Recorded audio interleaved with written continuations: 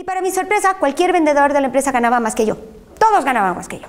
Entonces yo decía, no puede ser que yo, que soy la gerente, y que además tengo el título y la oficina y el escritorio, y los vendedores que estaban en la calle ganaban muchísimo más que yo. Entonces yo entendí que había algo en el sistema empresarial que no estaba bien, que no era congruente. Y empecé a pensar un poquito en el tema y dije, ok, si los vendedores ganan más que yo, quiere decir que su trabajo es mejor que el mío. Y que yo tengo que o cambiar el esquema corporativo de la empresa donde trabajo, o más bien tengo que empezar a vender yo para ganar lo que ellos ganan y satisfacer mi ambición personal. Entonces empecé a estudiar el tema de las ventas y me di cuenta que efectivamente había un enorme mérito en saber vender, que todas las empresas finalmente, al final del día, dependían de su esquema de ventas. Es decir, tú puedes tener un buen departamento contable, tú puedes tener un buen departamento legal, puedes tener un fantástico gerente, pero si no vendes, no tienes negocio. Entonces, entendí que todas las empresas valoraban enormemente el sistema de ventas y que realmente eso era lo que definía el éxito o el fracaso de un emprendimiento. En ese momento dije, muy bien, habiendo entendido esta magia, voy a independizarme y monté yo mi propia oficina de ventas en Bogotá. Y el sistema consistía en entrenar toda una fuerza de ventas y vender muchísimos productos. Es decir, yo tercerizaba la fuerza de ventas. Éramos vendedores de alquiler, si se quiere. Y teníamos grandes pirámides de ventas con sistemas muy sofisticados. Es decir, llegamos a hacer bastante trabajo en el tema real de ventas, ¿no? Manejo del rechazo, porque además la vida del vendedor es terriblemente frustrante porque está expuesto primero a la calle y segundo al rechazo. 9 de cada 10 suelen ser no. Entonces, esto genera depresión, frustración, una falta de motivación y una serie de cosas. Y para mí, el tema importante se volvió desarrollar un sistema de ventas que fuera óptimo y que pudiera vender cualquier producto.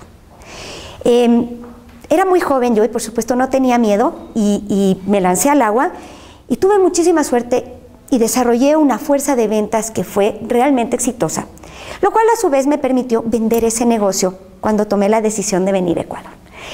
Vendimos el negocio primero porque efectivamente era demasiado violento Bogotá en ese momento. Yo ya estaba casada, tenía un hijo y Bogotá no era la ciudad idónea para hacer familia era complicado, ¿no? Y además ya tal vez de alguna manera también yo tomé conciencia de que por ahí el rato que volaron el supermercado al lado de mi casa, porque dije, capaz no es el sitio donde debo estar. Entonces, tuve muchísima suerte porque esta era una fuerza de ventas muy interesante. Además, era un concepto que en Colombia no se conocía.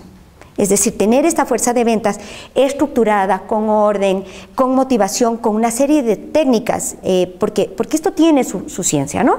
Se volvió un sistema interesante, apetecido y pude vender la empresa bastante bien vendida. Y les cuento eso porque en realidad yo invertí cero en esa empresa. El mérito real fue el tener la idea y el desarrollar la idea con suficiente tenacidad para lograr un sistema que fuera apetecible y que fuera vendible. Y mientras tanto, por supuesto, durante varios años cobrábamos comisiones sobre lo que vendiéramos. Es decir, nosotros no teníamos prácticamente ninguna restricción. Mientras fuera legal, vendíamos lo que había que vender. Entonces nos contrataban como sistema de ventas y nosotros vendíamos para muchísimas empresas cualquier cosa. Y era un sistema que funcionaba muy bien, nos permitió cobrar bien, ganábamos bien y además teníamos una base de clientes interesante. Entonces ustedes comprenderán, porque todos ustedes medianamente les veo que sí tienen, me hacen así, entonces ya saben de qué se trata.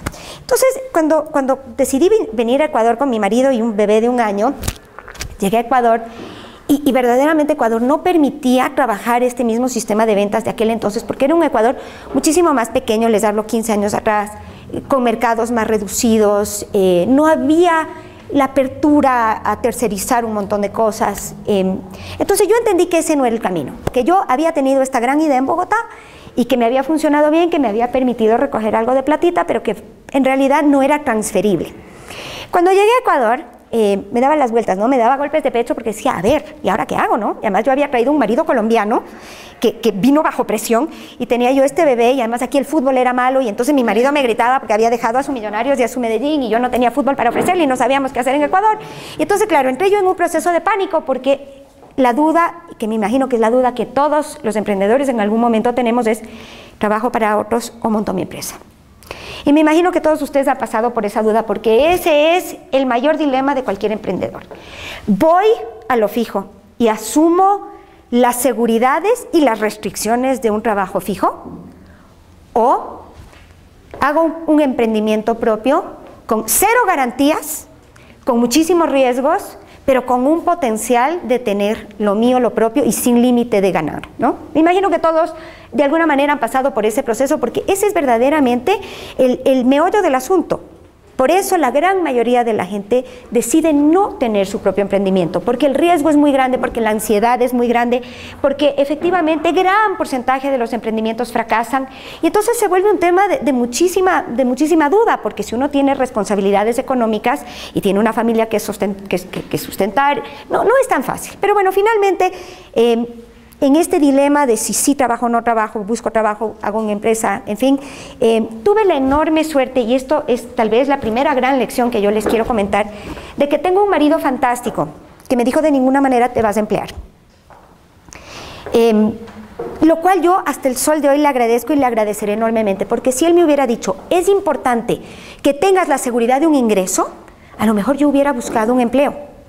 Pero como él me dijo: de ninguna manera te vas a emplear, porque tienes derecho a soñar, porque tienes derecho a proyectarte sin límite. Entonces, de alguna manera ya no cabía el buscar empleo, porque él me había dicho que no era lo que yo debía hacer, y yo realmente no lo quería hacer. Con el permiso y la libertad del cónyuge, uno puede hacer muchas cosas.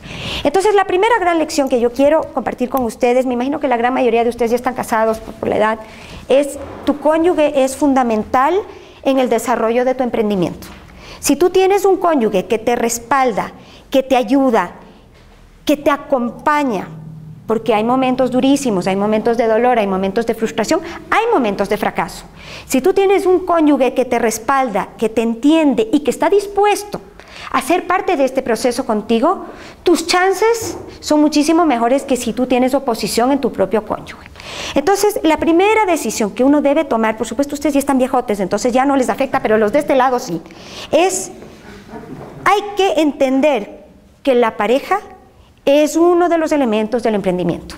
Porque si tú tienes el respaldo, tienes un resultado, y si tú tienes a alguien que te dice: yo te dije, necesito el bate y no me has traído y te fue mal, la cosa tiene otras características. Entonces, esa fue la primera gran lección. Una vez que habíamos decidido familiarmente que no me iba yo a emplear, y él tampoco, porque éramos un par de avesados, jóvenes y probablemente inconscientes, entonces él siguió su línea de sus emprendimientos y yo la línea de los míos. Entonces, el primer proceso de cualquier emprendimiento es identificar una necesidad, ¿no es cierto? ¿Qué es lo que voy a hacer? ¿Cuál es un emprendimiento que tiene chances de ser exitoso y que además a mí me llama la atención? Porque si le voy a dedicar mi tiempo, mi alma, mi pensamiento, mi corazón, este emprendimiento tiene que ser algo que me guste, que me interese, que me sirva y que yo creo que puedo hacer bien.